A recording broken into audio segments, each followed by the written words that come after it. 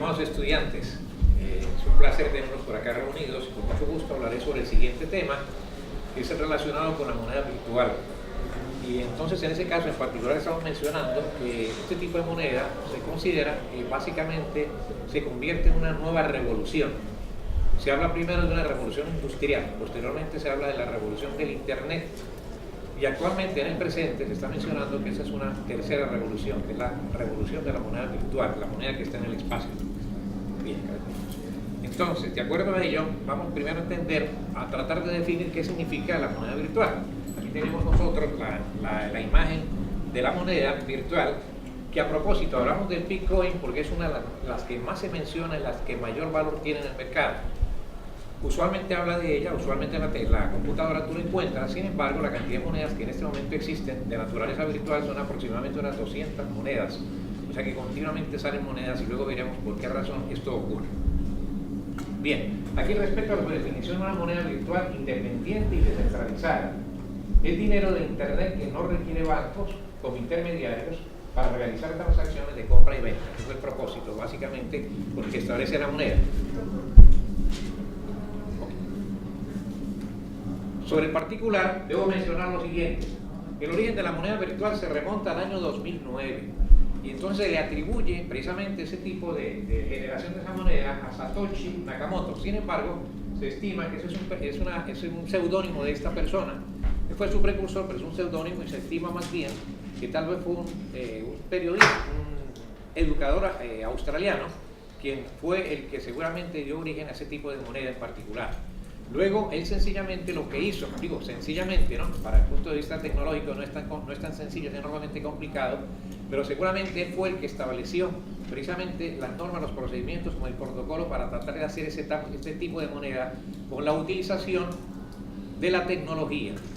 Que cuando hablamos de tecnología, está hablando entonces de un sistema computadorizado de alto poder, de grandes supercomputadoras, que precisamente uno de los elementos fundamentales y que llama curiosamente la atención es que se menciona que ese tipo de generación de moneda específicamente a través de un sistema de computadora llamado blockchain es tan costoso, tan enorme costoso para la adquisición de la tecnología como tal y también de las repercusiones que tiene sobre el medio ambiente. Se estima, según quienes la han utilizado en principio, que el consumo de energía eléctrica es extraordinariamente alto, que pudiera ser superior el consumo de energía en un día de trabajo de estas supercomputadoras, pudiera ser equivalente a la cantidad de consumo de energía en un día para un país. Si hablamos en ese caso, vamos a relacionarlo con Puerto Rico, que hay una serie de ideas sobre el particular también, pues pensamos que obviamente Puerto Rico no sería la base específica para poder tratar de trabajar con esta moneda, debido precisamente a la cantidad de consumo de energía. Además se menciona que la cantidad de calentamiento, el calentamiento global es extraordinario. Y según también los precursores de este tipo de moneda mencionan que el calentamiento sería extremo hasta el punto de atribuirse una gran responsabilidad en el calentamiento global, que precisamente es uno de los elementos que se combate al presente, ¿no? Bien. Aquí está la aplicación, aquí se menciona la aplicación electrónica con el propósito de que fuera utilizada básicamente para hacer compras pues vía internet, esa es la idea principal, ¿no? Ahora, con el transcurrir del tiempo, no solamente se utiliza con esos propósitos, y básicamente, a medida que transcurren los años, entonces se va modificando su aplicación. Y se está utilizando en gran medida por aquellas personas que son los inversionistas. Los inversionistas la están utilizando no para hacer compras, específicamente como aquí se menciona, sino que están utilizando es para mirar la oportunidad de ver el crecimiento de la moneda a través de los días, a través de la oferta y la demanda, ¿no? Ese principio de economía que menciona que a mayor demanda de ese producto, del producto que sea, en este caso de la moneda, si hay muchas personas interesadas en la misma, entonces sencillamente el precio de la moneda aumenta. Y eso es lo que ocurre ocasionalmente. Digo ocasionalmente porque también nos daremos cuenta de que drásticamente de un día para otro, o incluso en el mismo día, es drástico el cambio entonces de valor de la moneda, ¿no? Si le hacemos la equivalencia con el dólar. Debo mencionar precisamente que esta moneda, cuando se inicia en el año 2009, el valor de esa moneda cuando sale era menor de un centavo, era menos de un centavo, su equivalencia era menor a un centavo de dólar. Eso implicaba, por ejemplo, para redondear números, podríamos pensar que para el año 2009, ustedes estaban muy jovencitos, en ese momento tú podrías adquirir, por ejemplo, con $1 100 monedas, 100 monedas 100 monedas virtuales, Bitcoin. En el año 2017, al finalizar diciembre del 2017, cada moneda valía aproximadamente casi $20.000. Quiere decir que si usted hubiese comprado las 100 monedas de un centavo en el año 2009, para el año 2017 finales, tendría $2 millones. O sea, el crecimiento ha sido sorprendente, extraordinario y a veces en cierta forma inexplicable, ¿no? Esta moneda pues ha avanzado en los diferentes países del mundo, no en la gran mayoría de países, y entonces tiene obviamente, como veremos más adelante, unos tipos de ventajas y unas desventajas. En el aspecto de ventajas tenemos entonces, nadie la controla. Ese tipo de moneda realmente pues, tú eres el comprador, entras a una dirección electrónica que te menciona que la puedes adquirir allá, te dan una codificación, tienes un número, una clave, un número como tal, y entonces el vendedor también en otra codificación, no aparece ningún tipo de dirección que nos diga a dónde remitirnos específicamente, sino solamente fundamentados en una serie de algoritmos también. Y luego entonces tú compras la moneda. Al comprar la moneda, ese dinero se deduce de tu cuenta de banco. Tú tienes dinero en el banco, $200.000, $300.000, el inversionista, $millones, y sencillamente mediante esa orden autoriza que se retire de tu banco una cierta cantidad de dinero, y ya tienes entonces, al aceptarse la transacción, ya tienes entonces una propiedad tuya que es representada en bitcoins. Con esos bitcoins obviamente tú haces entonces las transacciones que tú requieras. Por ejemplo, el caso, tú tienes interés de comprar un automóvil en Italia, y si esa compañía, Ferrari por ejemplo, que los vende, tiene entonces también su cuenta de bitcoins, pues podría entonces hacer la compra, hacer la gestión de compra, enviaría la cantidad de bitcoins que corresponde y te enviaría tu automóvil, y esa sería la transacción. Entonces esa sería una transacción que aparentemente es muy rápida, que es muy sencilla. Eso es uno de los aspectos positivos. No tiene un emisor o banco central. En este aspecto también debo entonces mencionar que eso tiene una repercusión en la banca, en el sector bancario. El sector bancario está bien preocupado por ello, porque entiende que con el paso del tiempo el sector bancario podría perder una gran cantidad de importancia en el mercado, o muchas de las funciones que realiza u operaciones que lleva a cabo seguramente se perderían también, no las llevaría a cabo, y sería entonces pues una debacle para el sistema bancario. Ese es uno de los elementos fundamentales. Lo siguiente, pues producida por personas y empresas, y esa parte pues sorprende, y evidentemente hay personas que pueden trabajar con ello individualmente o empresas que se dedican a ese tipo de actividad. En el caso de las personas, pues sería haciendo utilización precisamente de lo que se estableció en principio por parte del inventor del protocolo de los procedimientos de la programación existente, y además de la solución de problemas de alto contenido matemático. Mediante la solución de tipo de problemas, entonces podría dar creación también mediante el uso del blockchain, de la cadena de altas computadoras, o de computadoras muy avanzadas, podría lograr entonces la creación de esa moneda. Esa parte resulta ser bastante compleja y en realidad no hay una explicación que sea bastante concreta sobre el procedimiento específico como tal. Simplemente dice, utilice la tecnología existente, utilice las programaciones existentes también, y puede tener algunas variaciones para la creación de moneda. Claro, con la absoluta seguridad que cuando tú inventaras un tipo de moneda de esta naturaleza, el valor sería ínfimo, como le pasó entonces al Bitcoin, ¿no? Sería muy inferior a $1 centavo muy seguramente. Las transacciones son seguras e irreversibles. Si tú haces una transacción para comprar algún tipo de objeto y posteriormente, por alguna razón, ese objeto no llega, pues entonces resulta difícil entonces hacerle entonces la reclamación, precisamente por la forma tan simplificada que se lleva el proceso. No existe la documentación correspondiente para poder hacer las reclamaciones que acá haya lugar en ese caso. No contiene datos personales, esa es la parte del anonimato que se lleva a cabo también. No contiene ningún dato personal, por tal razón no se le puede dar seguimiento específico a las personas, quienes tienen más o tienen menos, o empresas que están comerciando con ese tipo de actividad. Ese en principio es el pensamiento y la base que siempre han establecido las personas que están interesadas o las entidades que están interesadas en que ustedes o que nosotros compremos bitcoins o la moneda virtual. Ahora, seguimos aquí con ventajas. El usuario tiene completo control de sus transacciones, es obvio, mediante su computadora maneja las transacciones que requiere, que pueden ser muy similares a las que hacemos con unas compras a tarjeta de crédito, por ejemplo, o tarjeta, básicamente. Protección contra robo de identidad. Pues la única forma sería que pierda la codificación correspondiente, para que entonces al perderla, pues entonces el dinero que tú tengas en Bitcoin pueda ser transferido a otra cuenta y entonces no puedes reclamar de ninguna forma, no podría hacerlo. El siguiente concepto sería pagos y recibos instantáneos en cualquier lugar del mundo y a toda hora. Obviamente, pues, debido al servicio instantáneo de la computadora nos daría esa gran facilidad para que eso ocurriera. Ahora bien, vamos al próximo. En lo siguiente hablamos ya entonces del efecto cognitivo. Correcto. Desventajas de la moneda virtual. Viene la parte negativa que tiene este caso. Grado de aceptación limitado. Cuando decimos grado de aceptación limitado significa que no todos los países lo aceptan y no necesariamente todas las empresas de todos los países lo aceptan. sino que realmente son aislados, casos aislados, aunque ya tiene un gran volumen de transacciones, básicamente billones de dólares también, eso hay que considerarlo, es un aspecto. Cuando habla de volatilidad también es otro aspecto que es de gran interés. Uno se fundamenta en la oferta y la demanda. Si hay mucha demanda por la moneda, aumenta el precio. Si no hay poca demanda, si hay poca demanda por la moneda, el precio disminuye. Pero puede ocurrir también otras circunstancias, como por ejemplo el caso de Corea del Sur. Dice, no permitirá el uso de esa moneda en Corea del Sur.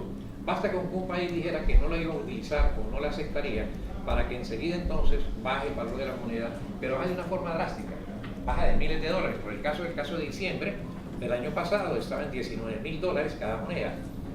Y ahora para principios de enero, más o menos para el 7-8 de enero, había bajado la moneda a unos $13.000, $14.000. O sea que la baja es drástica, ¿no? Es impresionante en ese caso. Nadie controla, nadie responde por reclamaciones. En otro aspecto, sencillamente, se perdió tu dinero, se perdió y no hay forma de poder entonces reclamarlo. No existen regulaciones gubernamentales, sobre eso debo abundar tanto sobre ello. Dice, no existen regulaciones gubernamentales que protejan esta moneda. Y está, por ejemplo, el Federal Deposit Insurance Corporation, para tener le voy a explicar en qué consiste.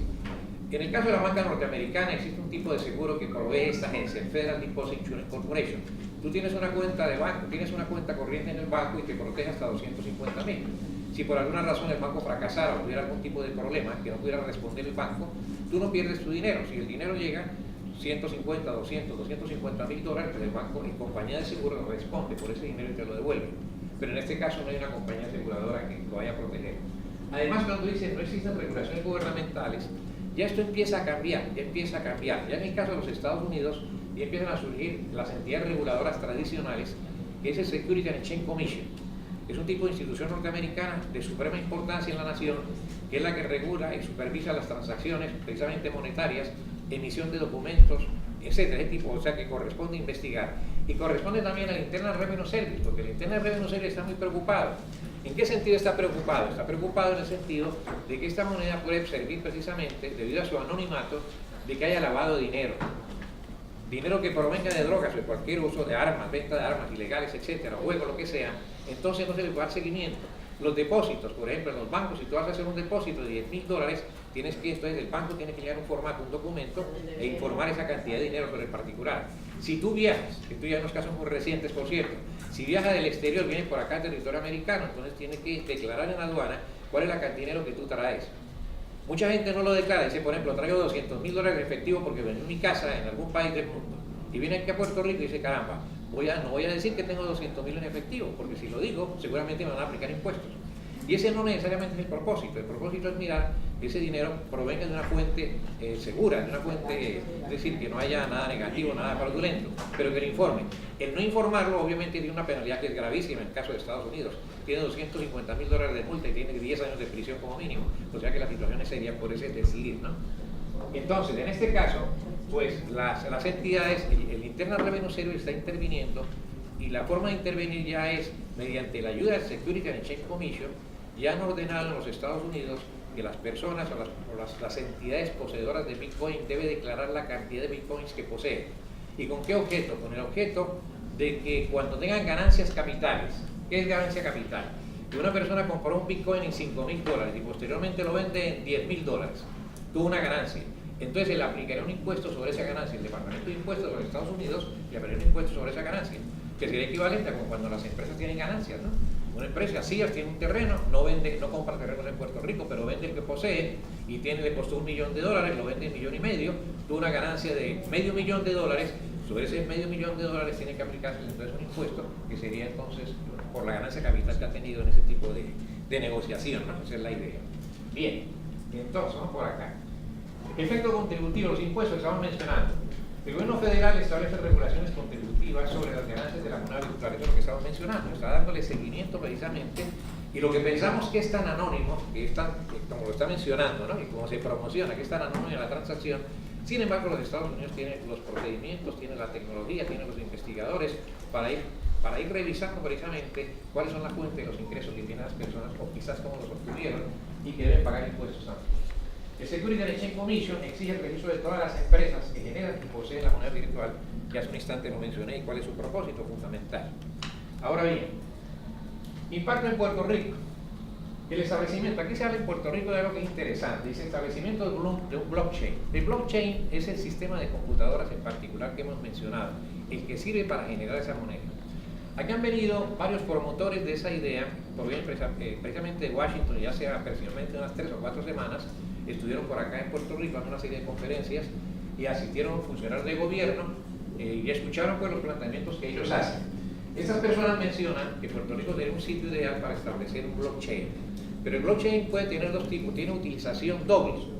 Una primera utilización que ellos están presentando es que ese sistema de computadoras pudiera utilizarse para centralizar toda la información que se tiene sobre las personas en Puerto Rico, por ejemplo, el sitio de trabajo, sus sueldos, sus beneficios marginales, sus pensiones, ahorros, etcétera. Pero simultáneamente pudiera servir también para darle seguimiento a la cantidad, a su estado de salud, ¿no? El historial médico que tiene la persona.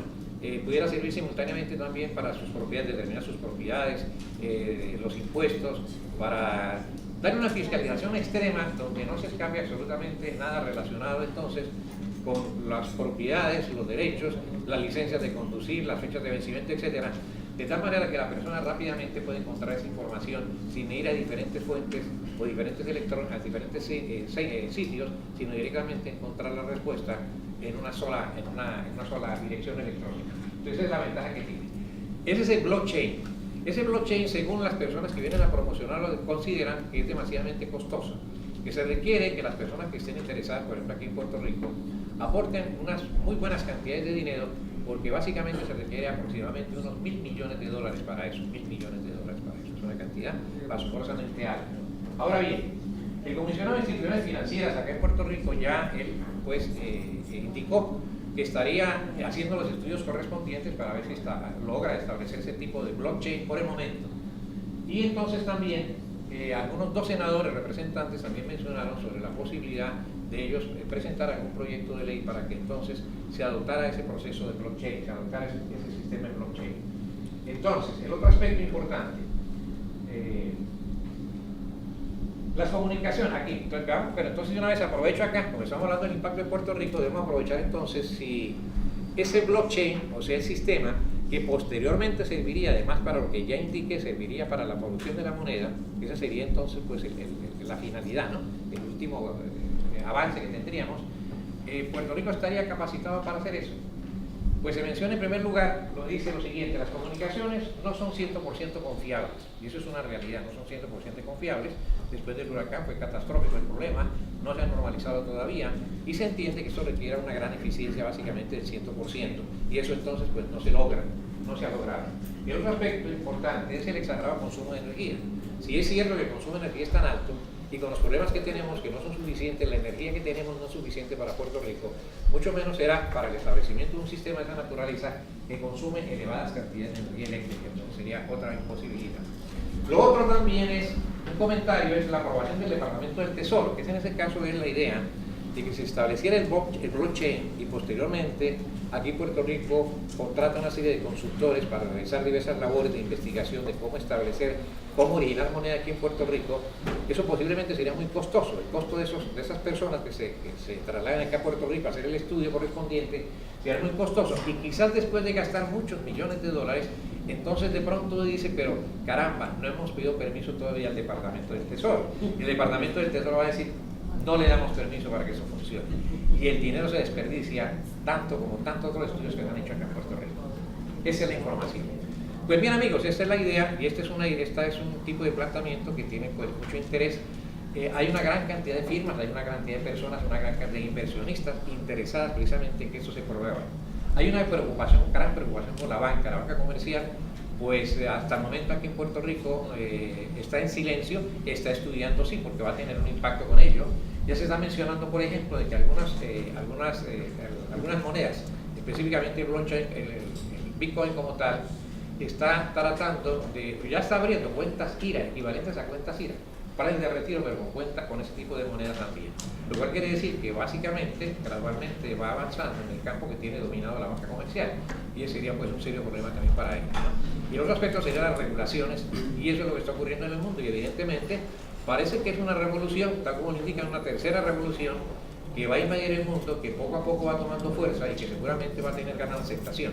Ahora, la parte significativa también es las regulaciones que toma entonces el sistema gubernamental, ¿no? Las diferentes entidades de gobierno para poder entonces detener el lavado de dinero y los diferentes procesos controlados de una forma adecuada.